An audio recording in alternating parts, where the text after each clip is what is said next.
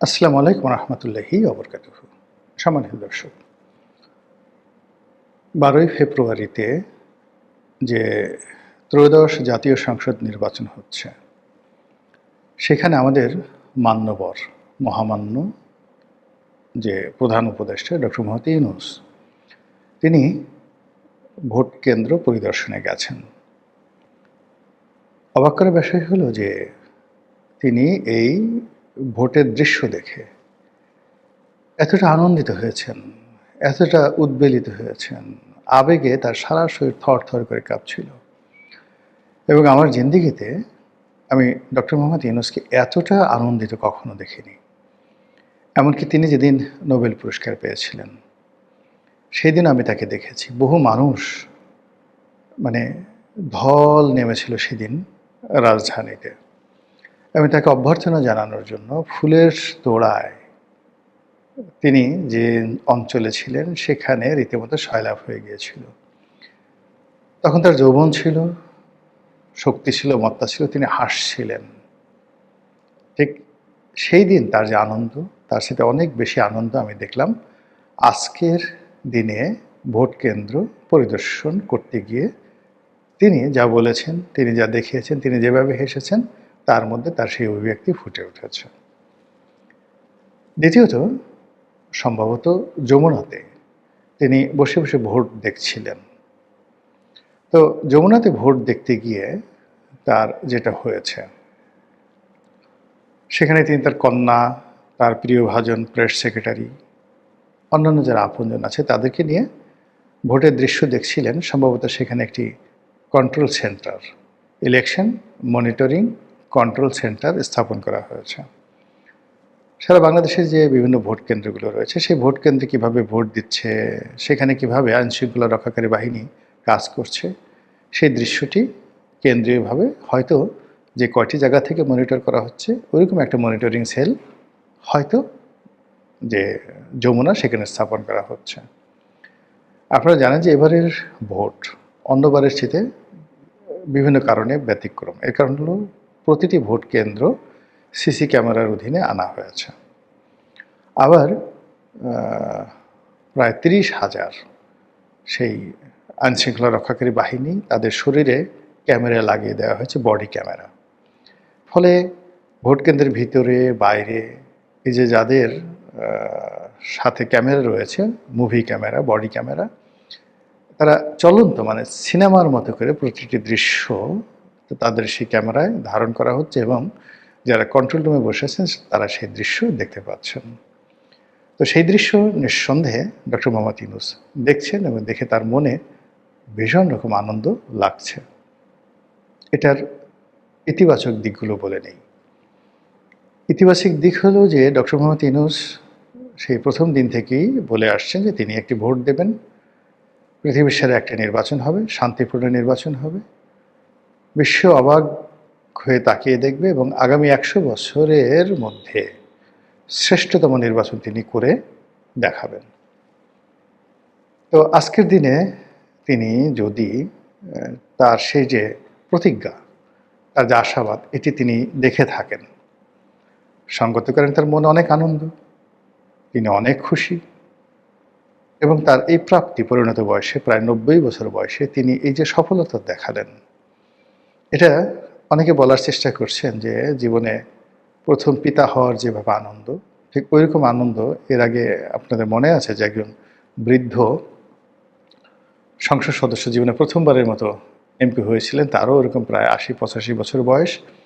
তো তাকে জিজ্ঞাসা করা হয়েছিল যে আপনার অনুভূতি কী? তখন তিনি বললেন যে জীবনে প্রথম পিতা হওয়ার যেভাবে একটা অনুভূতি, আজকের দিনে আমার ঠিক সেই রকম অনুভূতি। তো ডক্টর মোহাম্মদ ইউনূসের ওইরকম একটা অনুভূতি হতে পারে, আর সেই অনুভূতি যদি হয় তাহলে তার শরীরের কোনো অংশের উপরই তার কোনো নিয়ন্ত্রণ থাকার কথা নয়। তিনি হাসবেন অবারিতভাবে, প্রকৃতির মতো তিনি কথা বলবেন উচ্ছল প্রাণান্তভাবে, কবিতার মতো করে, এবং তার সেই সব কিছু প্রকাশিত হবে আজ সৃষ্টি সুখের উল্লাসে। তো রবীন্দ্রনাথ নয়, নজরুলের সেই বিখ্যাত কবিতার মতো আজ সৃষ্টি সুখের উল্লাসে। তো সৃষ্টি যখন মানুষ করে তখন তার ভিতরে যে উল্লাস হয়, সেই উল্লাস প্রকাশের সময় মানুষের কোনো সার্কিট ব্রেকার থাকে না। সে তার মতো যা মনে আসে তাই কথা বলে, যাকে ইচ্ছা তাকে জড়িয়ে ধরে, কাঁদে, এবং এটা এরকমভাবে হয়। আমি যখন প্রথমবার এমপি হলাম, তো এমপি হওয়ার পর যখন রেজাল্ট জানাজানি হলো, কত মানুষ আসলো আমাকে অভ্যর্থনা জানানোর জন্য। আমি উদ্বেলিত হয়ে গেলাম। আমি যাকে ইচ্ছা তাকে জড়িয়ে ধরছি, যাকে ইচ্ছা তাকে হ্যান্ডশেক করছি। কে বড়, কে ছোট, কে মহিলা, কে পুরুষ, আমার কোনো খেয়ালই ছিল না। যাকে পাচ্ছি তাকে পাইকারিভাবে জড়িয়ে ধরছি। তো এরকম ডক্টর মোহাম্মদ ইউনূসের হতে পারে। আমার হয়তো 2008 সনে বয়স কম ছিল। আর যখন মানুষ বুড়ো হয়ে যায় তখন তার মানুষ সাধারণত তার বয়স কমে যায়, তার এত খেয়াল থাকে না। তো আজকের দিনে তিনি যে আনন্দ দেখাচ্ছেন, উচ্ছ্বাস দেখাচ্ছেন, এটা হতে পারে যে তিনি যা কিছু বলে আসছিলেন গত 17 মাস ধরে মানুষ কেউ তাকে বিশ্বাস করেনি, সবাই তাকে অপমান করেছে, আর আজকের এই দিনে এই সফলতা দেখে তার আনন্দ হতে পারে। অন্যদিকে যদি নেতিবাচক চিন্তা করেন, তাহলে তার ম্যাটিকুলাস ডিজাইন, তারপরে তার রিসেট বাটন, এরপর নতুন একটি বাংলাদেশ গড়ার স্বপ্ন, নতুন একটা ইতিহাস গড়ার স্বপ্ন, এবং জাতিকে 3-0 থিওরিতে নতুন একটা গন্তব্যে নিয়ে যাওয়ার যে অভিলাষ তার মধ্যে ছিল বা এখনও আছে, সেটি হয়তো এই নির্বাচনের মাধ্যমে তিনি দেখতে পাচ্ছেন। এবং সেই অর্থে তিনি কতগুলো কথা বলেছেন। তাকে জিজ্ঞাসা করা হয়েছে যে, স্যার আপনার অনুভূতি কেমন? তিনি বলেছেন, এটা প্রকাশ করা যাবে না। আজকের এই ভোটের মাধ্যমে একটা নতুন বাংলাদেশ গঠিত হলো। অতীতের যত কিছু আছে, মানে উনি ওই অতীতের রিসেট বাটন যে কথাটা, ওইটা মুখ ফসকে এবার বলতে চাননি। বলতে গিয়েও তিনি অনেকটা থমকে গিয়েছেন। তিনি বলার চেষ্টা করেছেন যে অতীতে আমাদের যে সকল ইতিহাস ছিল, যে ইতিহাসের মন্দ দিকগুলো আছে, আজকে কবর রচনা হলো। আজকে থেকে একটা নতুন বাংলাদেশ, এ নিউ বাংলাদেশ গঠন হলো। আর নতুন বাংলাদেশ যদি গঠন হয়ে যায় এই ভোটের মাধ্যমে, সেই বাংলাদেশের স্থপতি কী হবেন? ডক্টর মোহাম্মদ ইউনূস নিশ্চয়ই জামাতের আমিন নন। নতুন বাংলাদেশের স্থপতি তারেক রহমান সাহেব হবেন না। যেহেতু নতুন বাংলাদেশটা এই ভোটের মাধ্যমে তৈরি করেছেন ডক্টর মোহাম্মদ ইউনূস, কাজেই সেই ডক্টর মোহাম্মদ ইউনূসই হবেন নতুন বাংলাদেশের স্থপতি। এটি তার বক্তব্যের মধ্যে আপনি খুঁজে দেখতে পারেন। তিনি সেটা বলেছেন, টেলিভিশনে ব্যাপকভাবে প্রচারিত হয়েছে। 3 নম্বর হলো যে নির্বাচন যতই ভালো হোক আর যা কিছু হোক না কেন, যদি সব কিছু স্বাভাবিক থাকে, 13 তারিখ থেকে নোবডি উইল আস্ক হিম, কালকে থেকে তাকে কেউ জিজ্ঞাসা করবে না। সারা বাংলাদেশের সব কিছু যারা বিজয়ী হবে তাদের দিকে ধাবিত হবে। এবং 13 তারিখের মধ্যেই শপথ গ্রহণ, 13 তারিখের মধ্যে সরকার গঠনের জন্য প্রচণ্ড একটা চাপ তৈরি হবে, অস্বাভাবিক, যেটা কল্পনাই করা যায় না। তো সেই ক্ষেত্রে ডক্টর মোহাম্মদ ইউনূস এবং তার সঙ্গী সাথী যারা আছেন তাদের মধ্যে কিছুটা দ্বিধা থাকবে, সংকোচ থাকবে, ভয় থাকবে, আতঙ্ক থাকবে, এবং তাদের পুনর্বাসিত হওয়া, বাংলাদেশে থাকা, সেফ এক্সিট, নিরাপদে চলে যাওয়া, সুন্দরভাবে ক্ষমতা হস্তান্তর করা, এই বিষয়গুলো নিয়ে তাদের মধ্যে এক ধরনের যাকে বলা হয় সতর্ক অভিব্যক্তি থাকবে। কিন্তু তাদের উচ্ছ্বাস দেখে মনে হচ্ছে যে তারাই এই বিজয়ের হর্তা, তারাই এই বিজয়ের অধিকর্তা। তারা যা চাচ্ছিলেন তাই হচ্ছে। তারা যে ডিজাইন করেছিলেন সেই ডিজাইন বাস্তবায়িত হতে যাচ্ছে। এবং সেই ডিজাইনগুলো কি?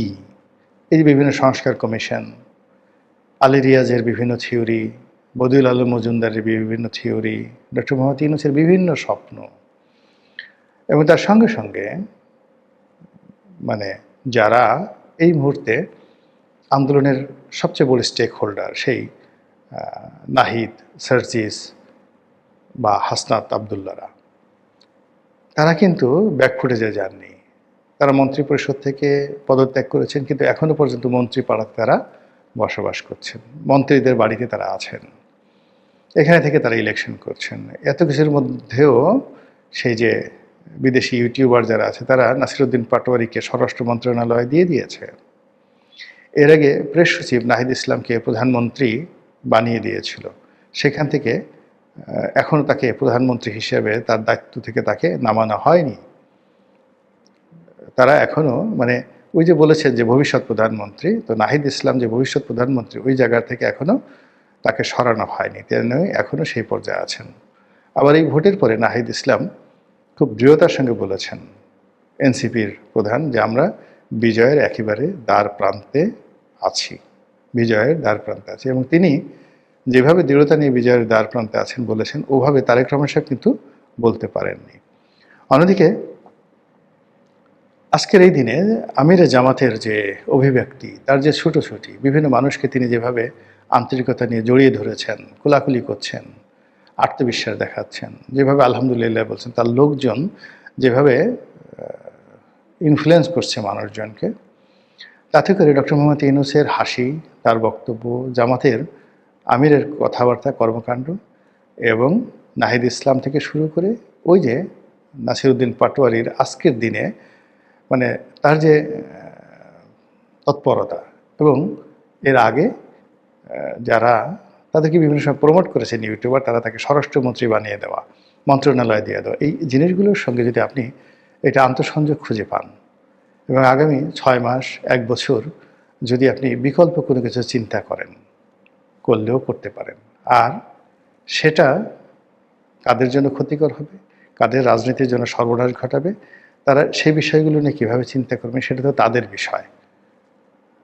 আপনার আমার মতো যারা লোকজন আছেন, আমরা দূর থেকে দেখি, কথাবার্তা বলি, আমরা শুধু যা দেখলাম, যা বুঝলাম সেই বিষয়গুলো আপনাদের সামনে তুলে ধরতে পারি। মহান আল্লাহ আমাদের সবাইকে হেদায়েত দান করুন এবং হেফাজত করুন। আসসালামু আলাইকুম ওয়া রাহমাতুল্লাহি ওয়া বারাকাতুহু।